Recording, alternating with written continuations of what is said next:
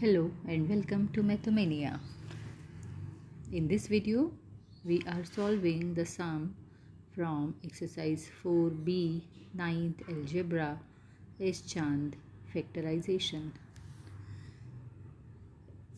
Factorize the following. This is the question. Okay, as we have done already 4a, you all know about the factorization a bit. But here you will notice that in exercise 4b, 4 terms are given, right?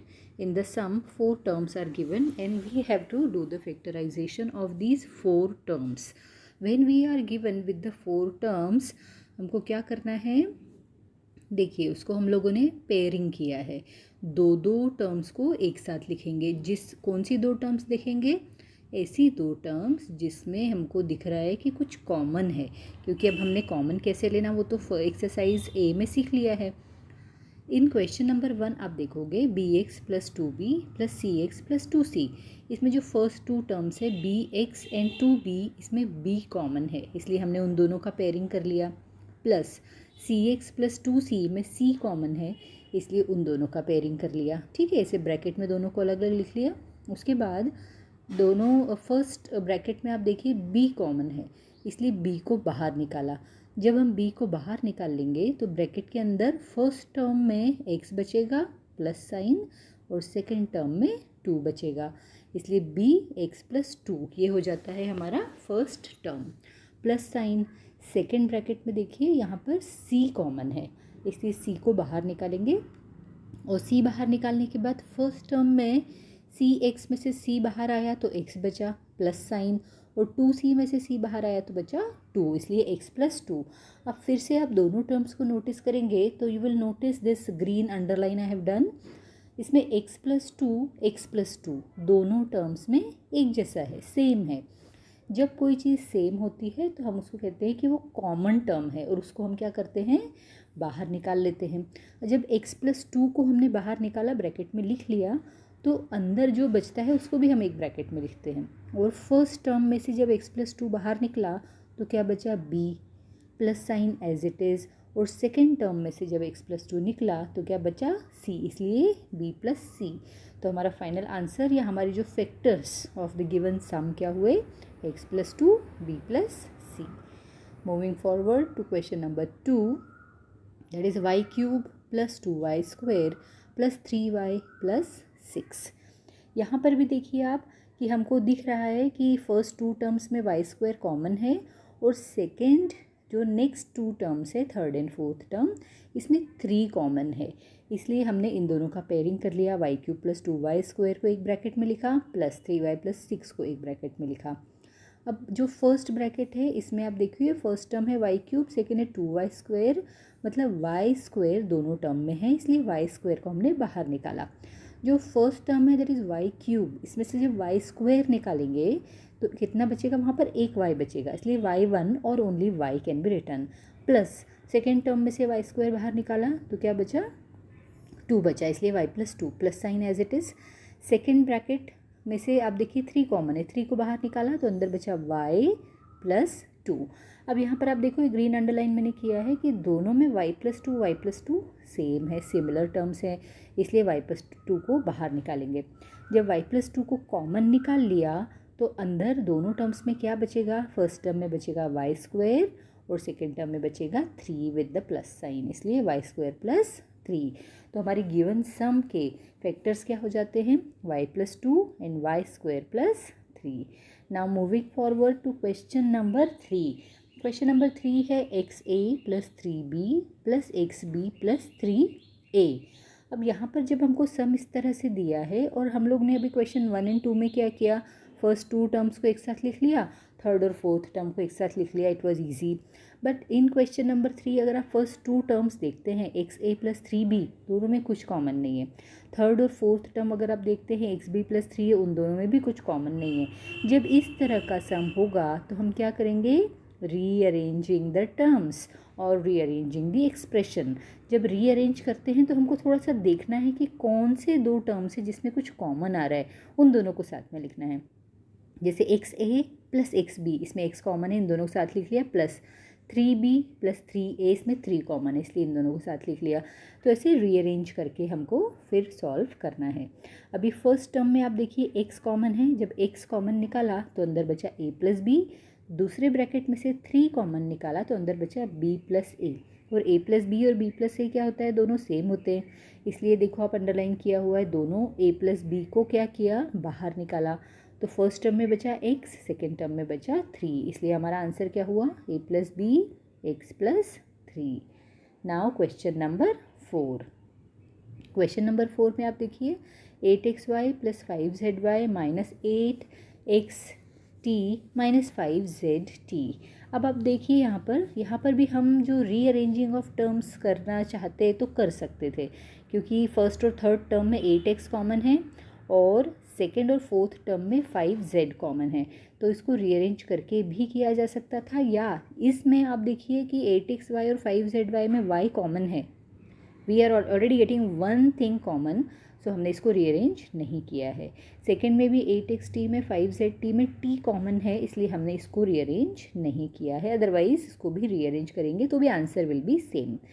अभी दो terms को एक साथ लिख लिया, 8xy plus 5zy, जो last to terms है third and fourth दोनों में माइनस साइन भी कॉमन है, इसलिए क्या किया, माइनस साइन को बाहर निकाला। जब माइनस साइन को हम लोग कॉमन निकाल लेते हैं तो टर्म्स पॉजिटिव हो जाती हैं, इसलिए 8xt प्लस 5zt बचता है अंदर।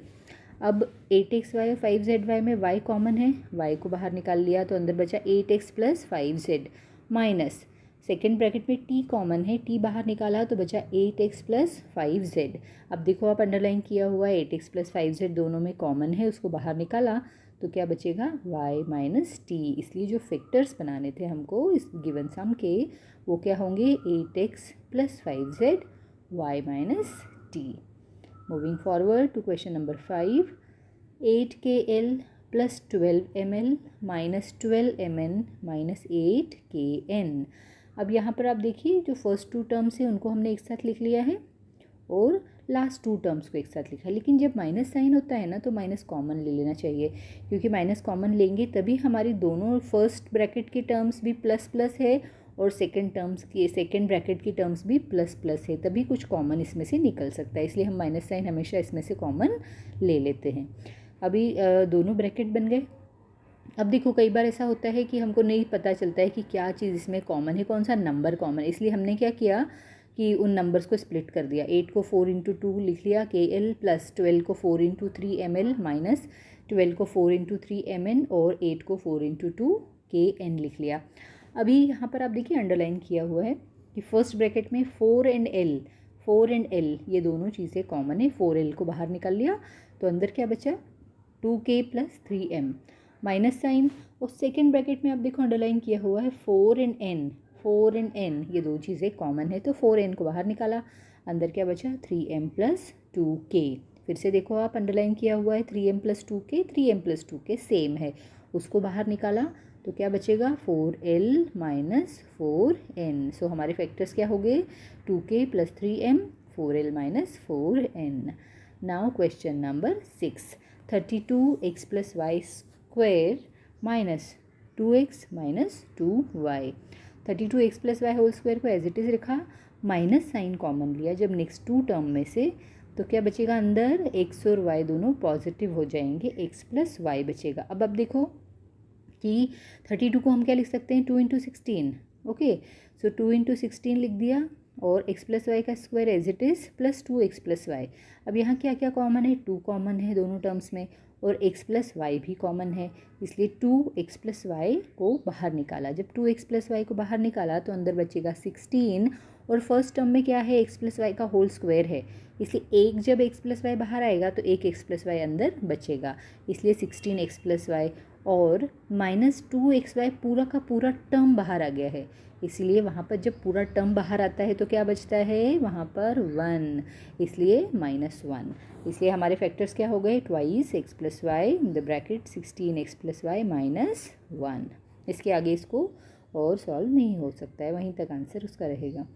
Question number 7, x cube minus x square plus x minus a minus 1। अब यहाँ पर आप देखो और ज़्यादा टर्म्स दी हुई हैं, राइट, कितने दिए हैं, 6 टर्म्स दी है, तो 2 2 2 का पेयरिंग कर लेंगे, x³ माइनस एक्स स्क्वायर का पेयरिंग कर लिया, ax प्लस एक्स का पेयरिंग कर लिया, माइनस a माइनस 1 का पेयरिंग कर लिया। फर्स्ट ब्रैकेट में देखो तो एक्स स्क्वायर कॉमन है, इसलिए एक्स स्क्वायर कॉमन निकाला तो बचा x माइनस 1 प्लस ax और x में x कॉमन है तो बचा a plus 1 minus 1, a minus 1 में से माइनस 1 को बाहर निकालेंगे तो अंदर बचेगा a प्लस 1। अभी आप देखो कि फर्स्ट टर्म को हमने वैसा का वैसा लिख दिया है, नेक्स्ट स्टेप में एक्स स्क्वायर एक्स माइनस 1 उसको वैसा ही लिख दिया, प्लस दोनों जो सेकेंड टर्म और थर्ड टर्म है इसमें देखो आप अंडरलाइन किया हुआ है a प्लस 1 दोनों टर्म्स में कॉमन है, इसलिए a प्लस 1 को निकाल लिया। जब a प्लस 1 निकालेंगे तो हमारे पास इधर क्या बच रहा है, x माइनस 1। अब आप नेक्स्ट स्टेप में देखेंगे तो x माइनस 1 दोनों टर्म्स में कॉमन है, इसलिए x माइनस 1 को बाहर निकाला तो अंदर क्या बचेगा, x square plus a plus 1। इसलिए हमारे गिवन सम का जो फैक्टर्स हो रहे हैं वो क्या हो रहे हैं, x plus 1 X square plus a plus 1। Now question number 8, ab in the bracket c square plus 1 plus c in the bracket a square plus b square। सबसे पहले तो ब्रैकेट को ओपन अप करेंगे, क्योंकि आप देखिए बिना ब्रैकेट को ओपन किए दोनों टर्म्स में कुछ भी कॉमन टर्म्स हमको नहीं दिख रही है। जब कोई कॉमन टर्म्स नहीं दिख रही है तो हम सबसे पहले ब्रैकेट को ओपन करेंगे। जब ब्रैकेट ओपन किया तो हमारी टर्म्स हो जाती है a b c square plus A b plus c a square plus c b square. Okay, अभी भी हमने जब इसको ओपन अप किया है उसके बाद भी हमारी टर्म्स ऐसी नहीं लिखी हुई है कि उन दोनों में कुछ कॉमन हमको दिखे, इसलिए हमने इसको क्या डिसाइड किया कि विल रीअरेंज द टर्म्स। इसलिए रीअरेंजिंग द टर्म्स, रीअरेंज किस हिसाब से करेंगे, जहाँ पर हमको कुछ कॉमन दिखना चाहिए। जब जिन दो में कुछ कॉमन दिख रहा है उन दो को साथ में लिख लेंगे। ए बी सी स्क्वायर और सी ए स्क्वायर में ए और सी कॉमन दिख रहा है, उन दोनों को साथ लिख लिया, प्लस ए b plus c b square में बी कॉमन है। तो इसे रीअरेंज करेंगे टर्म्स को, जिसमें हमको दो में कुछ तो कॉमन दिखना चाहिए, then automatically your sum is on the right path. अभी आप देखो फर्स्ट टू टर्म्स में ए और सी कॉमन है, अंडरलाइन किया हुआ है, आप देख सकते हैं। ए और सी को जब बाहर निकाला, फर्स्ट टर्म में से ए और सी बाहर निकला तो क्या बचा, बी बचा, और सी स्क्वायर है, सी स्क्वायर में से एक सी बाहर आया तो एक सी अंदर बचेगा, तो हुआ B C, plus c a square है, इसमें से ए सी कॉमन निकला तो क्या बचेगा, एक ए, इसलिए A C B C plus A, plus A B और सी बी स्क्वायर को देखो, अब इन दोनों में आप देखोगे तो बी कॉमन है, जब बी को हमने बाहर निकाला तो अंदर क्या बचा, ए प्लस सी बी। अब देखो नेक्स्ट स्टेप में b C plus A, b C plus a, ये अंडरलाइन किया हुआ है, ये दोनों टर्म्स क्या है इसमें कॉमन है, तो बी सी प्लस ए को बाहर निकाला तो अंदर क्या बचेगा, ए सी प्लस बी।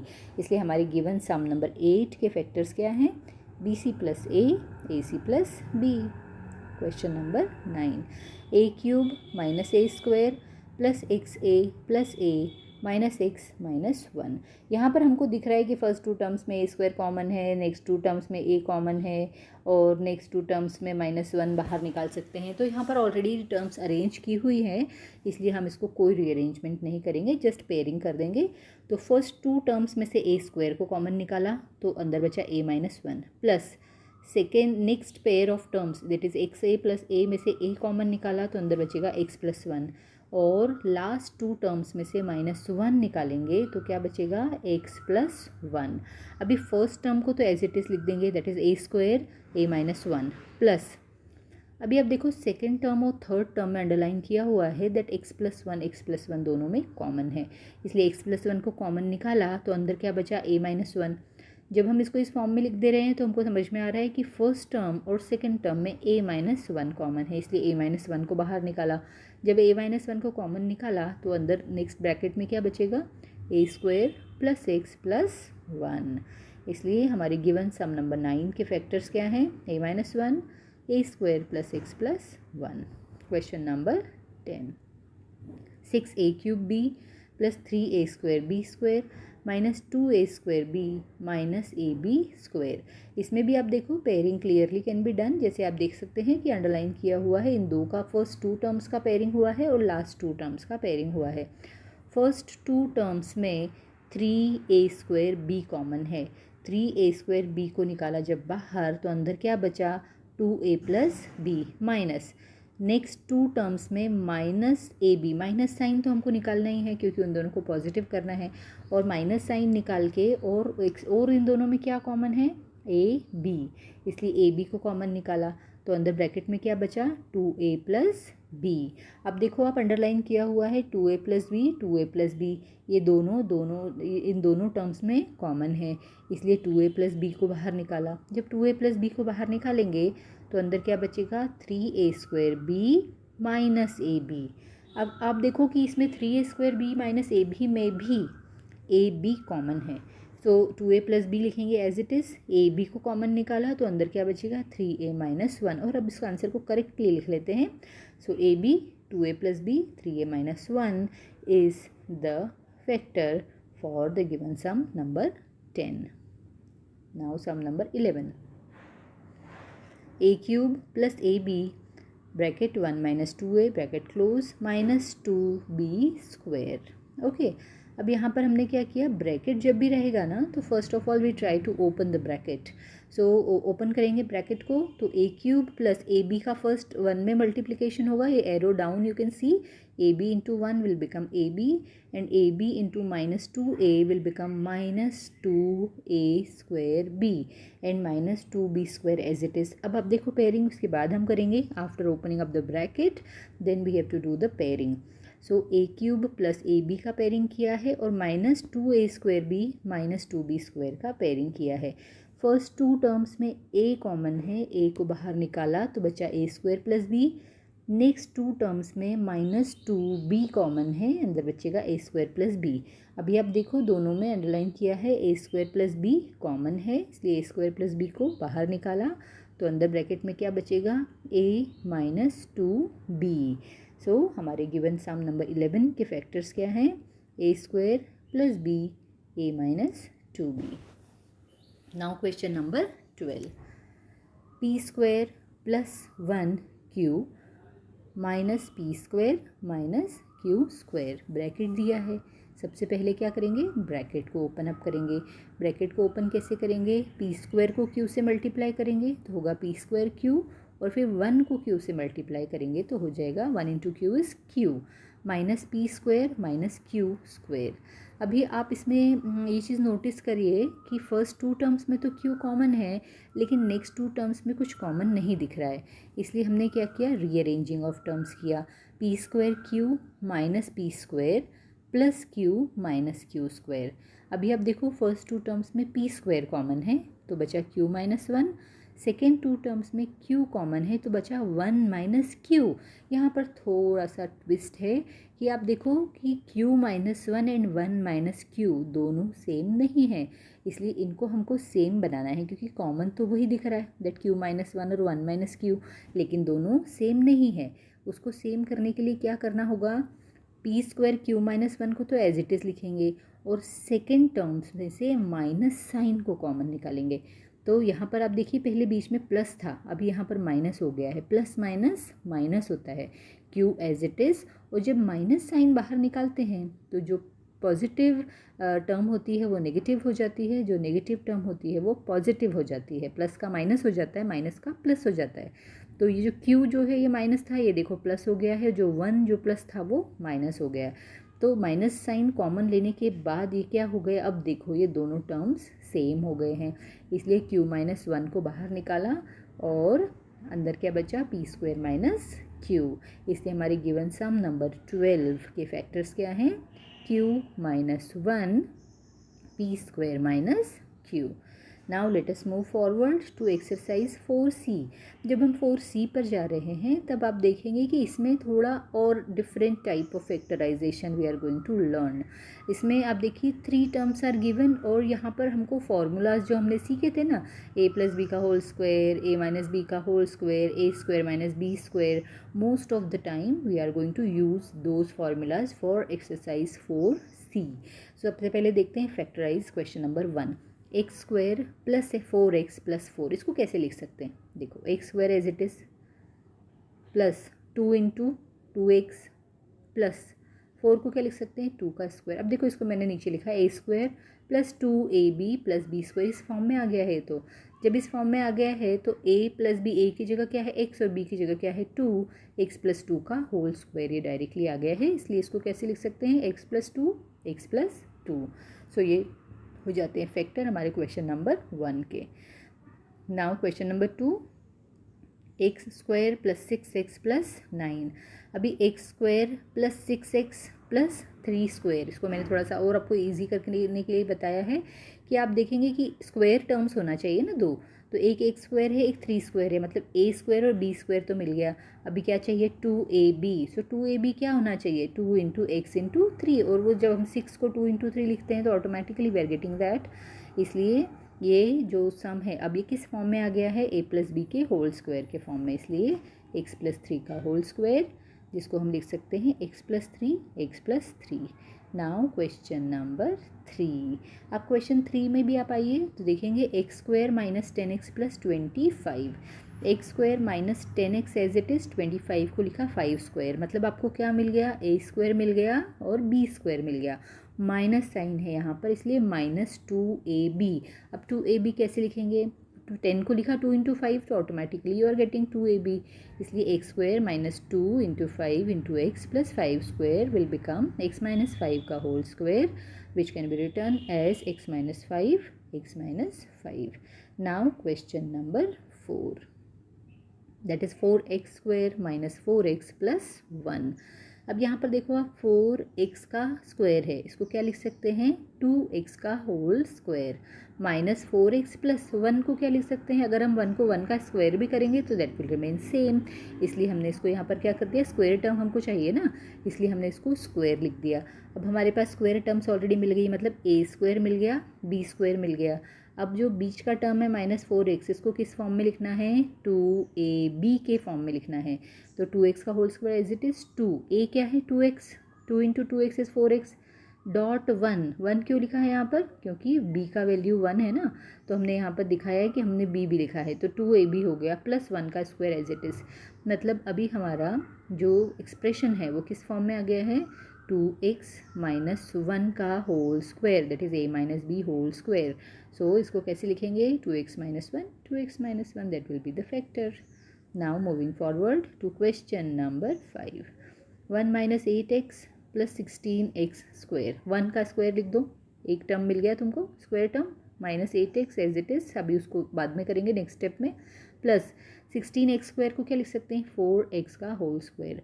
अभी आपको क्या मिल गया a स्क्वायर मिल गया b स्क्वायर मिल गया, तो 8x को किस फॉर्म में लिखना है -2ab के फॉर्म में लिखना है, इसलिए 1 को as it is -2 into 4x will become 8x only, उसको हमने स्प्लिट अप करके लिख दिया, डॉट 1 प्लस 4x का होल स्क्वायर।